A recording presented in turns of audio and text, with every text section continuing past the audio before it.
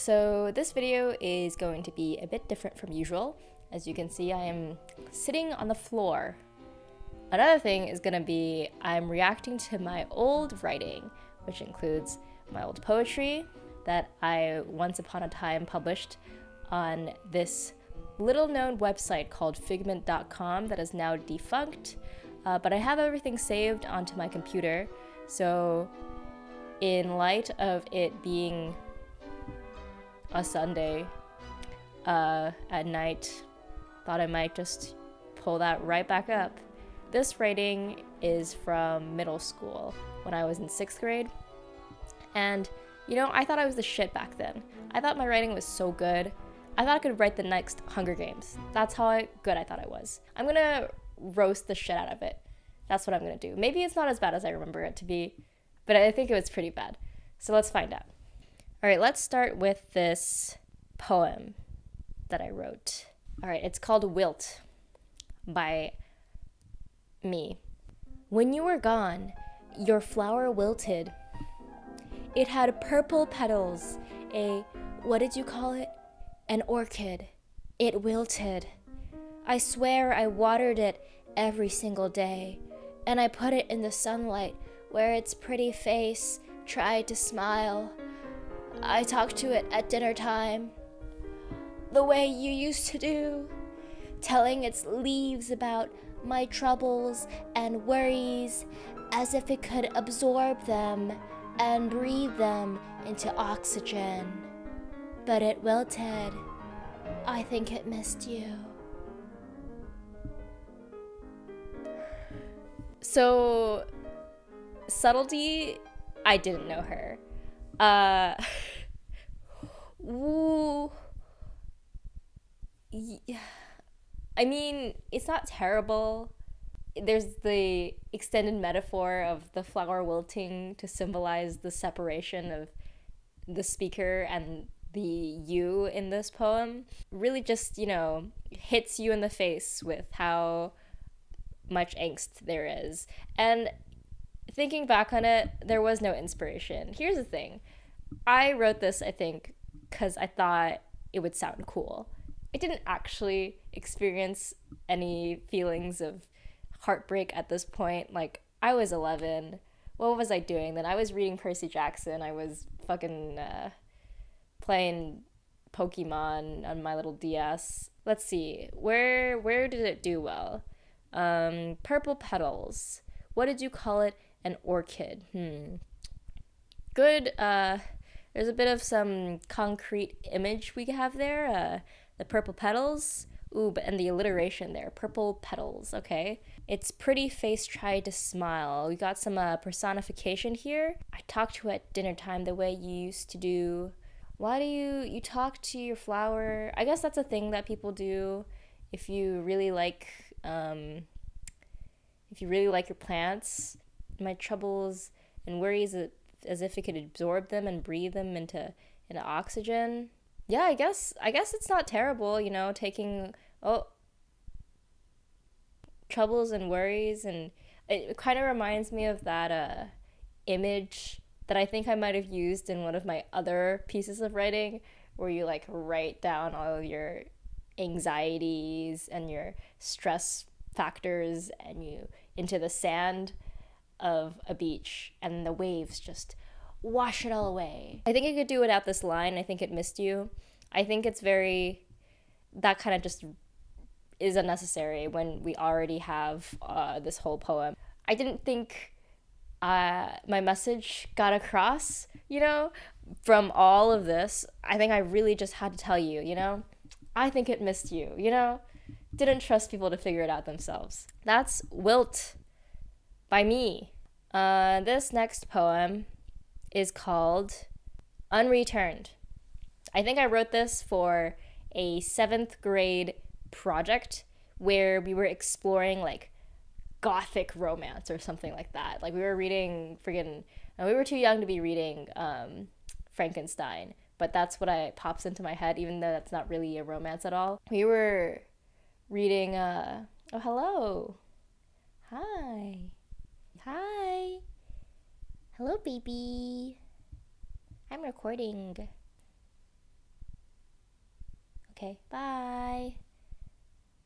So I wrote this for 7th grade. We, instead of reading like Frankenstein, which is what you would think of when you hear like English class, Gothic literature, Gothic literature, we read Down a Dark Hall by Lois Duncan, I think. The person who also wrote I Know What You Did Last Summer. And then I think our project was to write something Gothic. I wrote this poem. I remember I also printed it out. I took a piece of black construction paper and I cut a heart out of it and I pasted a copy of this poem onto the black heart to represent the darkness of this love. This is Unreturned by me in 7th grade. What makes you shudder whenever I insist that we will be together forever and ever, through the end of eternity and the dusk of time, after the stars explode, after the world implodes, after our entire known universe shatters into countless tiny shards, I will cling by your side, inseparable. What bothers you so whenever I show you my devotion that I always have and always will? Oh, hi, Olive. You're here again. What bothers you so whenever I show you my devotion that I always have and always will? Love you more than the limits to which my small heart can stretch. I will gladly destroy my meaningless mind just for you, only you, as long as I am able to love you the way I do and the way you don't. Why have you been so distant, so cold like the icy Arctic waters, never warm like the high noon sun I always wished you to be? Why do you withdraw from my touch and ignore the words from my desperate lips, asking for the soul whom I'd run to the depths of hell to save? Now I give you this black valentine, something you'd never care for, a fitting sibling to your heart that has been consumed by your ever-present ignorance and my unbridled love, which will never be returned. Why have I loved you in the first place? Why? And that was Unreturned by me. So yeah, that was really angsty and dramatic. And also at this time, I still hadn't experienced heartbreak.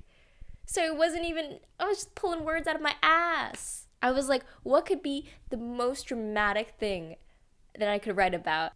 Dusk of time, stars exploding. Very original. Really, just so original. It's just not very, there's no rhythm to it. I mean, there wasn't even any, attention paid to rhythm at all. And I do clearly remember that I thought I couldn't say, when I did my class presentation, instead of saying hell, I said Tartarus, which makes it worse. I'm glad I stuck with hell in this version that I published on the internet. That is no longer on the internet, which is slightly less cringy for a 12-year-old to put in her poem about unrequited love. This is about someone liking someone who doesn't like them back, and them being so distant, ghosting them. Oh my god. Holy shit. I have been the person on the other end of this who ghosted someone who liked me at one point after I'd written this poem. Yeah, I was the person who was distant like the icy Arctic waters, withdrawing from touch. Yeah, I was that person.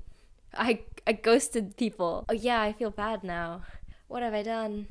Anyway, that's some self-reflection for another time. Let's talk about now Glide. This one I think was one of my very first poems. Yeah, I was kind of experimenting with what, I don't know, just with the poetic form. It's got some triplets, but then it starts with triplets, but then I stop it writing in triplets. There's a couplet here, there are 4 line stanzas here. I don't think really I was paying attention to poetic form at all, but it's okay, it was my first poem. I'm sure everyone goes through that kind of phase. And I'm not saying all of this to be harsh on anyone experimenting, like this is all a natural form of the creative process and growing up as a writer, and you shouldn't be too hard on yourself. This is all in good fun. I don't genuinely think that I was terrible for doing all of this. I just think it's cute. It's cute that this is where I came from, okay? Glide by me at 11 years of age. Have you ever wondered what it's like to glide? To feel the wind pushing, a fierce tailwind, or a gentle floating breeze? To fly around the globe, or to spin around in circles? What is it like to ride on a thermal, soaring through the clouds, carefree? To dive with the wind, rushing against your face, not unlike the sensation of thrilling dreams? What is it like to have that kind of freedom? Yeah, so what is a thermal is my first question. As in, like, a noun? In the noun form, riding on a thermal. Like a thermal, like an updraft? A thermal wind? I am not too familiar with, like, environmental science and meteorology. Maybe thermal can be used as a noun, and I was onto something, but I'm pretty sure I've never heard it used before after words like that. I also am pretty sure that the repetition in to feel the wind pushing, a fierce tailwind, was unintentional because I couldn't think of another word that is what tailwind is, but didn't have the word wind in it. Yeah, this is just, what's it like to fly? Not even like, I don't even have like an overarching, like a bird kind of imagery or anything. Just flying in general. But like, what am I trying to say out of this? I don't know. I genuinely cannot tell you. With the wind rushing against your face, not unlike the sensation of thrilling dreams. I feel like usually you would say that in your dreams you would compare that to the wind. Not necessarily the other way around, because I feel like one is more abstract than the other, and that abstract thing is definitely the dreams. Again, subtlety, I didn't know her. Didn't know her name, didn't know who she was, have never heard of her. But, you know, it was a start. It was a start. At least I don't know. At least the spelling was fine. You can say what you want about me, but the one thing I was in like middle school was fastidious about spelling. I did double check all of my words, most of my words, especially in poems, to make sure that they were spelled correctly. Gotta get those 100s on those spelling tests, my man, my dude. Let's glide. Any feedback for myself? I don't know. At this time, I think I was convinced that poetry was not my thing, because in my mind, poetry was kind of nursery rhymes or like Shakespeare. There was just no in between. I was like, yeah, it's gotta be, or like, I don't know, like, I'd heard of like Whitman at this point, and I'm like, wow, free verse sounds great. I didn't know like poetry didn't have to rhyme. And then I started making poems that didn't rhyme and didn't realize that there were other things that I could be using to make a poem meaningful. What have I learned from this? It would take me a while and several creative writing classes to really get comfortable with writing poems and enjoying poems and seeing the merit of poems. And I think that a lot of people who say like, oh, I'm not a poetry person, but I do like reading, who say that they like literature but not poetry. I don't know. I think they would benefit from a creative writing class that focused on poetic forms and reading poetry, analyzing poetry, because I think most people's ideas of what poetry is very limited, and it can be so much more than that. It's not even a genre, I would say. It's just a medium. Like, just like a novel or a short story or a screenplay is its own medium. But you can have different types of stories, different types of different genres of movies. Like, you can always find a type of poetry that really suits your tastes. Once you've read like a lot of poems you you just start writing. I can't really say my poems are super great now, or the most recent ones that I've written, which were, I would say, maybe in like college, but there are some that I'm really proud of, and I'm hoping to get better at it. They're much better than what they were in middle school, is what I would say. So, I mean, there's growth. Everyone grows. Hope to see y'all again sometime. Follow to hear me talk more about literature as a hobbyist and not anyone with any sort of qualification to speak on it. I like reading books, I like poetry, I like fiction. Tell me your favorite poets. Tell me your cringy poetry stories. Did you write someone a love poem? Did you have angst as a teenager?